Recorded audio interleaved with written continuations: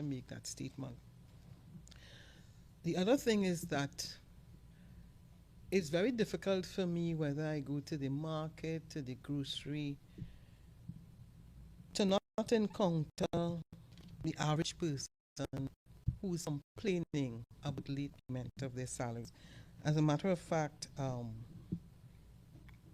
the Honourable Member for Port of Spain North St. Anne's West, the Honourable Stuart Young, just a while ago when we were talking just before this press conference, mentioned that in seeing members of the public, several of his constituents are coming complaining about late payment of their salaries. It is one thing to have sent home more than 30,000 persons, and it's another thing for the average person, the MTS worker, the daily rated worker, those working in local government, pensioners, days later after the end of the month, to be receiving, when you go, you know how difficult it is for the average person to go to the bank, you know, and you have no money.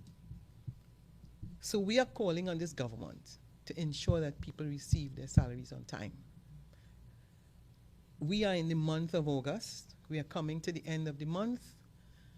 We know very well that the average parent, and some of them living basically day to day, week to week, and to go and not receive your salaries and not get any indication that you're not going to get your salary, because daily rated workers were supposed to get paid last week, they were supposed to get paid on Friday, and they have not gotten paid. I am sure that all ministers receive their salaries on time and in the bank. So please, to the government, whatever is the reason that the Ministry of Finance is not able to pay salaries on time, we are calling on them, please, pay salaries on time. The other matter that is related to that is the issue of book grants. And again, as members of Parliament, you know, speaking a while ago, and I know the Honourable Member of Parliament, Dr. Nian Gadsby-Dolly, raised this, I think it was 2 weeks ago. But here again, many of our constituents who applied, because I know this process was put in place since last year, and yet still we find ourselves in the month of August where the book grants are yet to be distributed. The government gave an additional week, so maybe that's the reason why, so they can put their house in order, and we are calling on the government to ensure that the book grants are distributed. Now, on behalf of the People's National Movement, we want to extend condolences to the family of Richard Cooper, who passed. He was one of those persons employed with the reforestation program who committed suicide.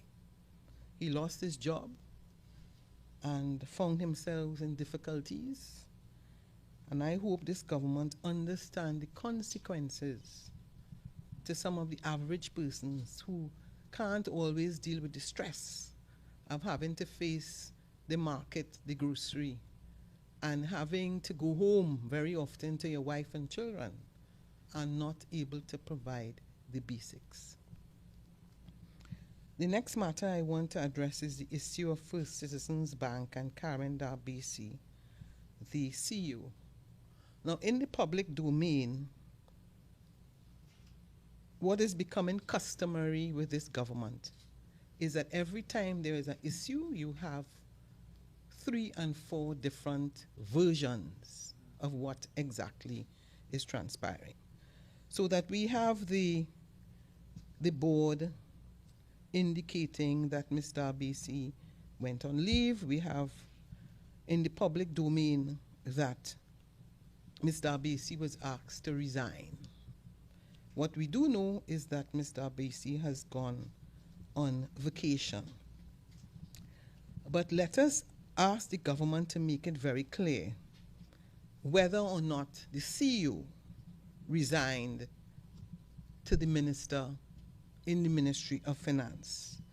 We also are aware in the public domain that there is information that the Attorney General was asked to review her package.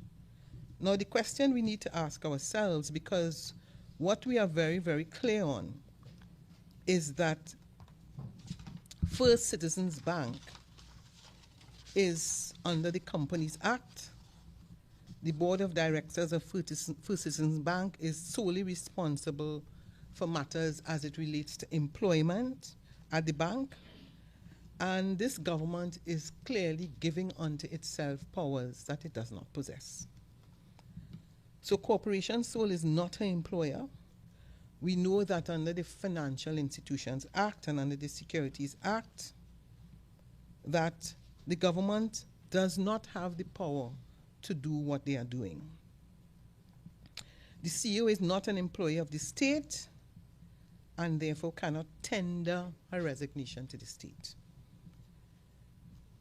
The Honorable Minister of Finance or the Minister in the Ministry of Finance therefore cannot accept the resignation of any employee.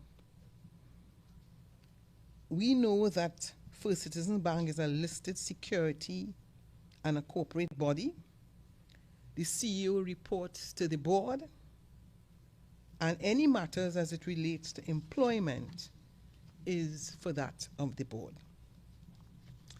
Now, First Citizens Bank has become a household name, so many persons may not remember that under the Patrick Manning administration, the First Citizens Bank was established after 3 failed indigenous banks. And First Citizens Bank has been doing very well. And this government needs to know that it is unacceptable to intrude into the affairs of one of the government's leading financial institutions. When you think of this situation, what do you think about? You think about the governor of the central bank. Same situation. You know, basically being told, resign or you're going to be fired. Now, fortunately for the bank at this point in time, they have resisted some political pressure. It is important for us to say to this government to keep your hands off First Citizens Bank. We know very well that, or we need to tell them, financial institutions are not playthings. Investor confidence is built on trust, and political interference shatters trust. So we want to say to this government that the people of Trinidad and Tobago are the majority shareholders of First Citizens Bank, and they deserve honesty and not backroom maneuvering. And when we talk about financial institutions, once you have political interference, then you have issues of trust. And we already know, as I stated a while ago, that this government is paying late salaries. We also know the issue of foreign exchange and the challenges. So please, keep your hands off First Citizens Bank. The other matter that I want to deal with is an issue that came up a while ago as it relates to fentanyl. Now, you would recall that I think it was on the 6th of August, some 3 weeks ago, that the Minister of Health indicated that 300 vials of fentanyl was missing. Now, why is this such an important matter?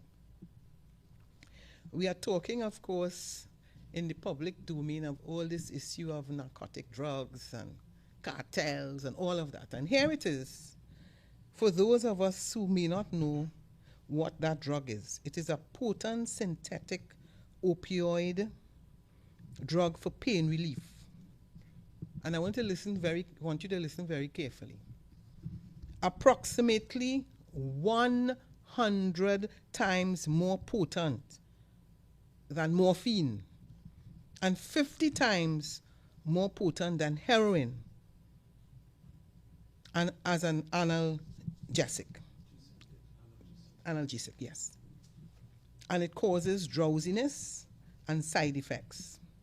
This is a narcotic used only under strict medical supervision in hospital settings. So every Trinidadian and Tobagonian should be concerned about this disappearance of these 300 vials. And very often they lace fentanyl with cocaine. The government cannot be silent on this matter, because this is not the type of drug that you want simply disappearing and that they have all of a sudden become very, very silent. It is important for the Minister of Health to inform the public that this is a lethal drug, and it is the #1 cause of suicidal overdose in the ages 18 to 45 in the United States. So we do not want, we are not going to let this pass idly. We are going to pay very close attention, and we are demanding the Minister of Health to tell the population what has happened to these vials of fentanyl. It is one thing for the government to be talking about drug cartels and narcotics, and yes, still right here in Trinidad and Tobago, they cannot tell us what has happened to this. The last matter that I'm going to speak about has again to do with yesterday when I was at the Santa Rosa First Peoples.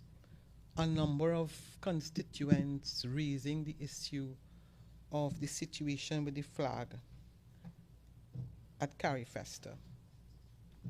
Now, it is very clear that there are guidelines as it relates to our flag. So the concerns about the embroidery, the yellow embroidery, and what exactly happened and whether or not our Foreign Affairs Ministry, whether the Ministry of Culture was aware. Now, I have done my own independent investigation, and I've been told that that was a procedure basically adopted by the Barbados government. But because you have seen it so much in the public domain, this issue being raised, it's important for the government to simply clear the air and let people know exactly the situation, so people don't form all sorts of views as they are doing. We already know what has been happening as it relates to the Independence Parade, and the public, of course, being very incensed that since this decision was taken a couple weeks ago as it relates to several ministers of government being targeted, and the police coming out very clear and giving us a lot of information and a lot of detail as it relates to Minister Sturge, that to date no one has been arrested or charged, subject to correction as it relates to the SOE, and that no one has been arrested, notwithstanding all the details that have been provided by the police as it relates to the Honorable Minister Sturge. So that I now look forward to any questions you will ask of myself and my colleagues. You okay, come on, time. Any questions?